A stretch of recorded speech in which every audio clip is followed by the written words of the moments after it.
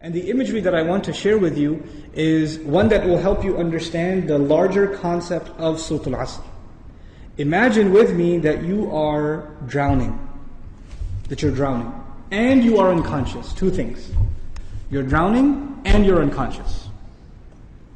Do you have a lot of time? If you're drowning and you're unconscious, do you have a lot of time? No, you don't have a lot of time. Which means your time is running out. And you know in Arabic, what word is used for when time is running out? The word for that is al-asr. And asr literally means time that is running out. It's the last part of the day when the day is running out. It's time of asr prayer.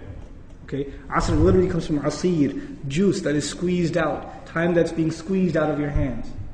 You know, asr al-thawba even it's used. That you take a cloth that is drenched in water, and when you squish it like this, all the water comes out. Asala as a verb is used like that, right? To squeeze it out. So Allah talks about this time. You're drowning, you're unconscious, your time's running out. What's the first thing you need to do to be able to survive if you're in that position?